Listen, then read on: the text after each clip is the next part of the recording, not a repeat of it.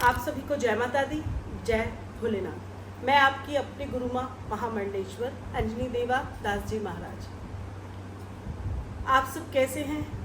पितृपक्ष चल रहा है और आप निरंतर ही अपने बड़े बूढ़ों के लिए, अपने पितरों के लिए, उनकी प्रसन्नता और उनके आशीर्वाद के लिए बहुत सारे कर्म कार्य कर रहे हैं और नीति पूर्वक कर रहे होंगे, ऐसी मैं कामना करती हूँ। क्यों?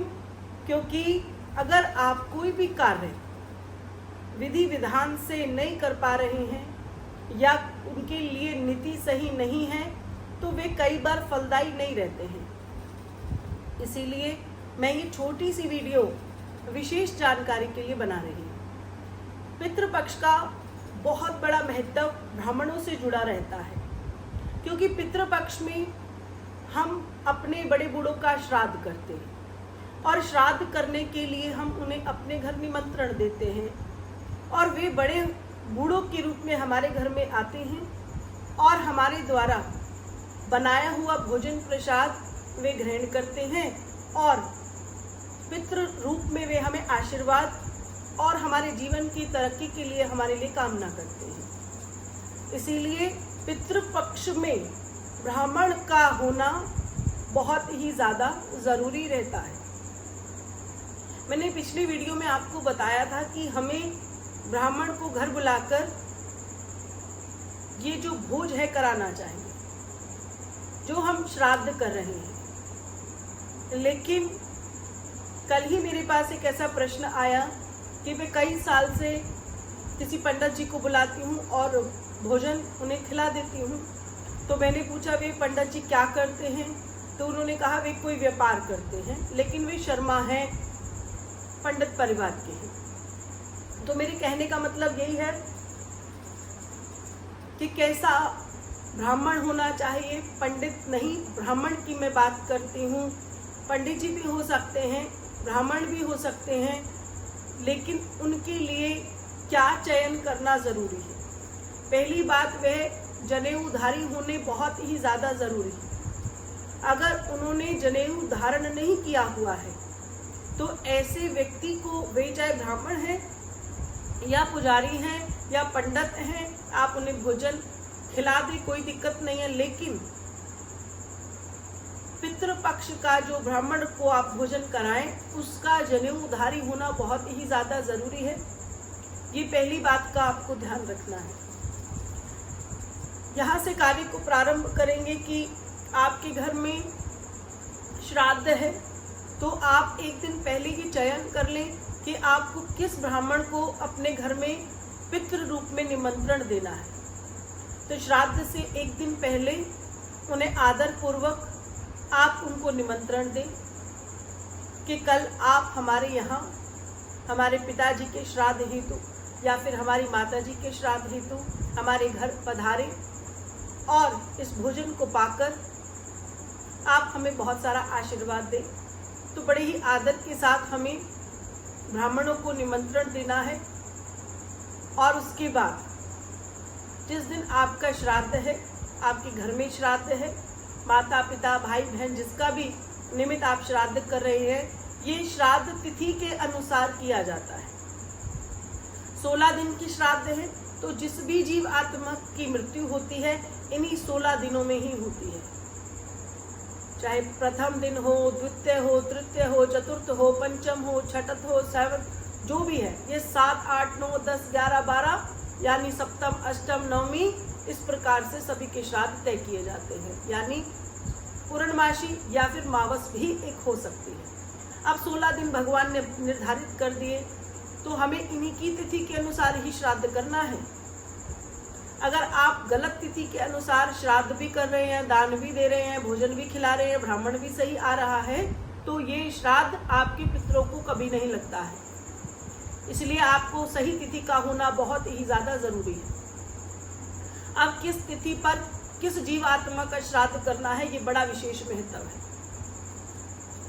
पता चलता है कि तीसरे श्राद्ध वाले दिन आपकी माताजी गुजरी और 7वें श्राद्ध वाले दिन आपके पिताजी गुजरे थे, तो आपने तीसरे श्राद्ध को छोड़कर 7वें श्राद्ध पर ही माता पिता का इकट्ठा श्राद्ध कर दिया। तो ये नीति नहीं है, ये नियम नहीं है। अब आप कितना भी कहें माता जी ने ऐसे कहा, माता जी ने वैसे कहा, ये बिल्कुल गलत है। तिथि के अंदर किए गए श्राद्ध ही हमारे लिए, हमारे पितरों को प्रसन्न और तृप्त करने के लिए, पुष्टि करने के लिए, उनको पोषण देने के लिए ये श्राद्ध का भोजन हम उनको परोसते हैं। पहली बात, बिना तिथि के जाने आप श्राद्ध नहीं कर सकते। दूसरा, जिस तिथि पर जिसका श्राद्ध होता है उसी का श्राद्ध करना चाहिए। तीसरा, जिस ब्राह्मण को आप बुला रहे हैं वे ब्राह्मण हो, नियम के अंदर वाला ब्राह्मण हो, हिंदू धर्म की रीति रिवाज को समझने वाला ब्राह्मण हो, और जनेऊधारी का होना तो बहुत ही विशेष जरूरी है। जिस ब्राह्मण को आप भोजन कराते हैं, याद रखिए वे धोती कुर्ता पहनकर आए। आप जिस ब्राह्मण को बुलाते हैं वे पैंट पहनकर अगर आपके घर में ब्राह्मण भोजन करने के लिए आता है, पितृपक्ष का भोजन करने के लिए आता है, तो ये गलत है। आप उन्हें निवेदन कीजिए कि आप धोती कुर्ता पहनकर ही आए। ये विचार अवश्य कीजिए, क्या उसने चोटी धारण कर रखी है या उसकी चोटी उड़ी हुई है। अगर उसने कोई शिखा रखी नहीं रखी है तो वे ब्राह्मण है ही नहीं। तो पहली बात तो उसका जनेऊ का होना बहुत जरूरी है। दूसरी, उसके शीश पर शिखा का होना बहुत ही ज्यादा जरूरी है। जब वे ब्राह्मण आपके घर में आते हैं तो बड़े ही आदर पूर्वक आपको खुद जाकर गेट खोलना है। ऐसे नहीं कि आ रहे हैं, कोई बात नहीं, गेट खुला हुआ है। अगर आपको जरा सा भी खटका हो कि कहीं वो तो नहीं आ रहे हैं, तो आप अपने घर के छोटों को नहीं, स्वयं जाकर उन्हें कहीं आई, उन्हें बड़े आदर पूर्वक अपने घर के अंदर बुलाइए और उनको आसन दीजिए। ऐसे नहीं कि सोफे पर बिठा दो, इधर उधर बिठा दो, जब भोजन बनेगा तब नीचे बिठाना है। उनके लिए नीति पूर्वक, आदर पूर्वक एक आसन पहले बिछाकर रखिए। वे आसन शुद्ध होना चाहिए। आप चादर जो बिछा रहे हैं वे साफ धुली हुई होनी चाहिए और उस पर बिठाइए आप उन्हें। अब घर के पुरुष को एक थाली में उनके चरण धुलवाने हैं। चरण धुलवाने के बाद आप उनके वहीं बैठकर हाथ धुलवाइए, फिर उन्हें भोजन परोसिए। प्रथम भोजन में जो थाली में डालें वो मीठा ही हो, और विशेष रूप से जो सब्जी बनाएं, आप कोई भी सब्जी बनाएं, उसमें हरे मूंग का होना अनिवार्य है। कद्दू या पेठे की सब्जी बड़ी ही भावना के साथ आप बनाइए। शाकाहारी बिना प्याज लहसुन का बनाएंगे। फिर आप चाहे साथ में पनीर बनाइए, जो भी विशेष सब्जी, आलू गोभी, आपको जो बनानी है बनाइए। उनको पूड़ी डालकर, उनको परोसकर उनसे निवेदन कीजिए। मन ही मन में अपने बड़े बूढ़ों का ध्यान करते रहिए कि आप आज इस ब्राह्मण के रूप में मेरे घर में आए हैं और इन्हीं के द्वारा जो ये भोजन है वो आप तक पहुंचे। ये कामना आपको स्वयं भी करनी है। जब ब्राह्मण भोजन करे उस समय ब्राह्मण के साथ बातचीत नहीं करनी चाहिए। इसीलिए उस स्थान पर ज्यादा लोगों को नहीं बैठना चाहिए। बहुत सारे लोग भीड़ लगाकर बैठे, पंडित जी खा रहे हैं, पीछे पीछे आप बातें कर रहे हैं, ब्राह्मण भोज चल रहा है, पीछे से आप उनसे बातचीत कर रहे हैं, कब आए, कहाँ आए, पीछे से कहाँ से खाकर आए हूँ, अब घर कब जाना है या कहीं और जाना, इस प्रकार की कोई चर्चा नहीं करनी चाहिए। जैसे ही जब वो भोजन प्रारंभ करें तो जब तक वे भोजन पूरा न कर ले तब तक ज्यादा शब्दों में बातचीत नहीं करनी चाहिए। इससे पितृ उठकर चले जाते हैं। मौन रहना चाहिए। टीवी नहीं चलाना चाहिए। आजकल मोबाइलों की जो आवाज है उसको बंद कर देनी चाहिए। अपने घर के फोन की आवाज बिल्कुल बंद कर दें। जिस कमरे में आप ब्राह्मण भोज के लिए बिठा रहे हैं, कोशिश कीजिए वहां बच्चे या और परिवार के लोग न जाएं। और भोजन प्रसादी जब पूरी हो जाए तब उनसे आशीर्वाद लेने चाहिए। उनके हाथ वहीं पर ही बर्तन में धुलवा देने चाहिए।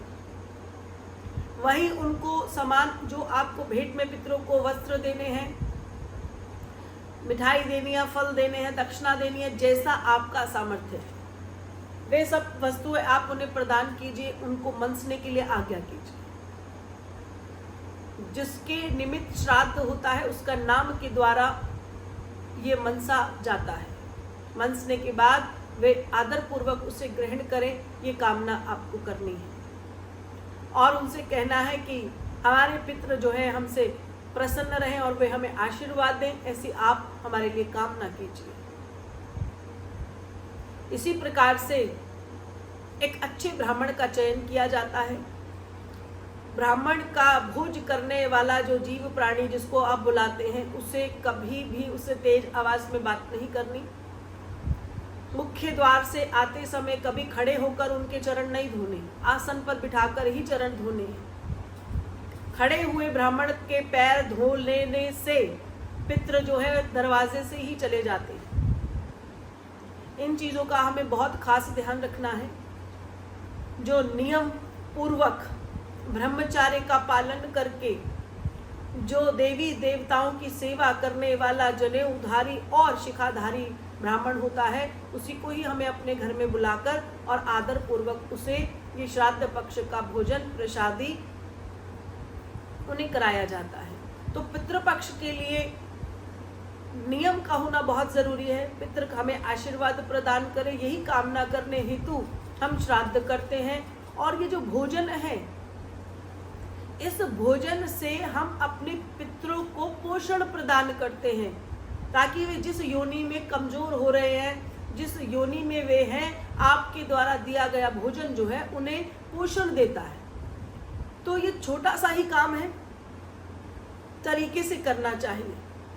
और मैं विधि पूर्वक आपको एक बात और बता दूं, किसी ने मुझसे प्रश्न किया था कि अगर स्त्री का श्राद्ध हो तो क्या स्त्री को ही बुलाना चाहिए,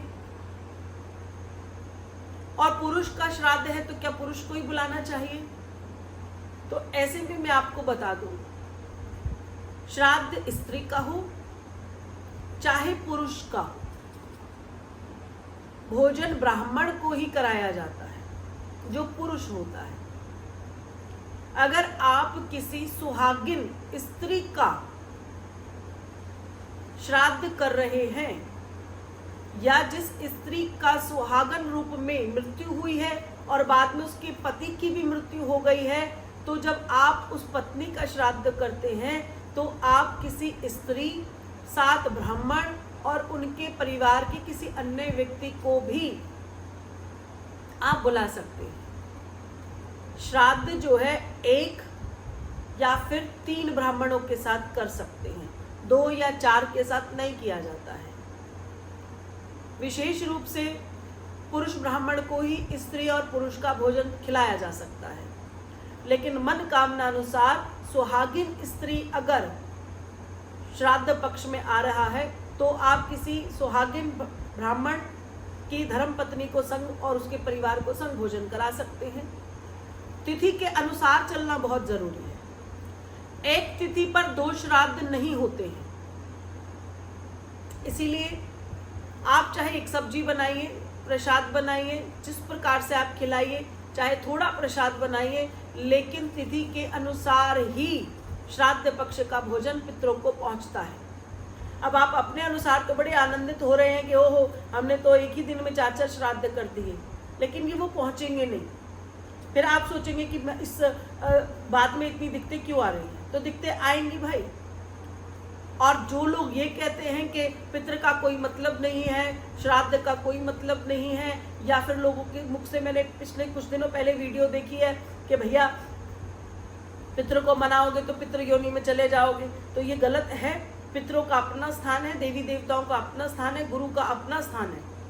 इस जीवन काल में सभी का अपना अपना महत्व है, और आप जो है गृहस्थ जीवन में हैं, और गृहस्थ जीवन में पितरों के आशीर्वाद का होना बहुत बहुत बहुत ही ज़्यादा ज़रूरी रहता है। और जो भी सन्यासी धर्म में आ जाते हैं और जब वे उनके गुरु होते हैं तो वो गुरु ही उनके लिए सब कुछ हो जाते हैं। इसी कामना के साथ ये छोटी सी वीडियो है, आप इसको ज़रूर सुनिए। अच्छे ब्राह्मण का चयन कीजिए, अपने घर में उनका निमंत्रण दीजिए। अगर ये वीडियो जानती हूँ थोड़ी लेट हो गई है, लेकिन किसी के प्रश्न के उत्तर के रूप में मुझे आज ये वीडियो बनानी पड़ी है। आशा करती हूँ कि जानकारी बहुत खास रहेगी और आप सभी इसको ज़रूर सुनेंगे। आप सभी को जय माता दी, जय भोलेनाथ।